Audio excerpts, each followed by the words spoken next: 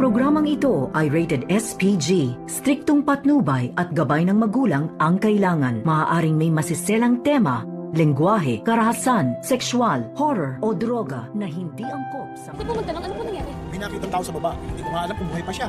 Lo? Narito na nga ang ating pakabangan ngayong Lunes sa abot kamay na pangarap.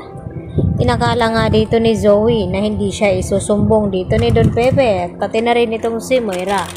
At nagtagumpay na sana itong si Don Pepe na tumakas dito kina Balahadja at Moira.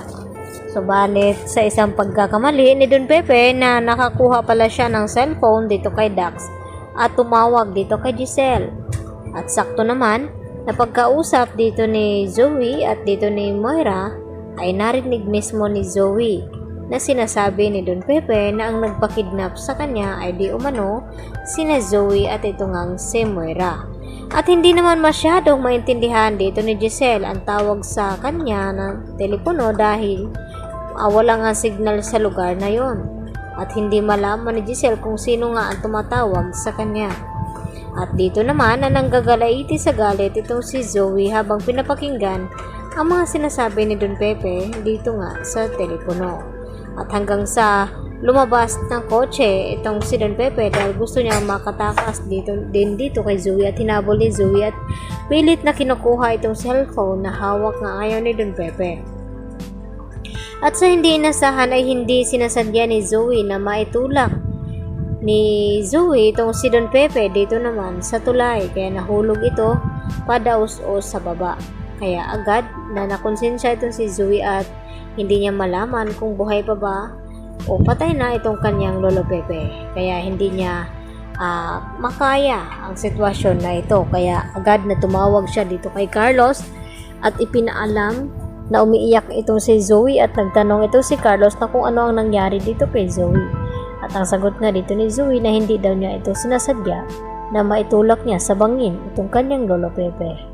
Dahil ililigtas niya sana ito at patatakasin, subalit dahil sa ginawa ng pagsuplaw ni Don Pepe dito kina Moira at Zoe ay dito naman na nanggalaiti sa galit itong si Zoe. Samantala nagtataka na nga ngayon itong si Lynette dito sa ikinikilos ni Carlos Benitez, lalo na nung tamawag itong si Zoe at tinatawag pang daddy itong si Carlos. Kaya naikwento naman ngayon ni Lynette dito kay Aling Susan at pati na rin itong si Aling Susan nagulat din sa sinabi dito ni Lynette na bakit naman tatawagin ni Zoe na ama itong si Don Carlos na may ama naman daw siya na itong at walang iba kundi itong si RJ.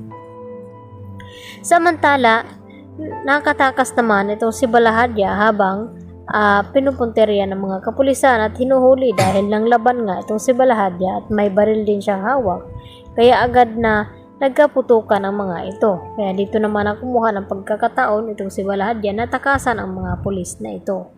At pati na rin itong si Moira na sa likod nga ito dumaan at hindi nga napansin ng mga kapulisan. At dito nga na sinaliksik ng mga kapulisan ang lugar kung saan baka nandun nakita nila itong si Don Pepe. Subalit tungkod na lamang ang kanilang nakita roon at dinala dito nga sa Apex Hospital at inaabot dito kay Giselle at RJ. At dito na nga na umiyak ng husto itong si Giselle na makita niya ang tungkod ng kanyang pa. At nagulat naman itong si Annalyn na kung bakit maraming tao sa paligid dito sa may tulay. At dito niya nilapitan at nagtanong kung ano daw ang mayroon. At dito naman na sinabi ng matanda na may nakita daw silang nahulog dito sa bangin. At hindi niya sure kung buhay o patay na ba daw ang matandang ito. At na pagtanto ni Annalyn nang lumapit ito kung sino ay dito naman yan na tinatawag na lolo itong nakasakay na nga sa rescue area. Kaya yan naman ang ating pagkatutukan at aabangan ngayong Lunes mga kapuso kung talagang maliligtas pa nga ba ito si Don Pepe o hanggang doon na lang ang kanyang buhay. Yan lang po at maraming salamat sa inyong panonood. Bye-bye!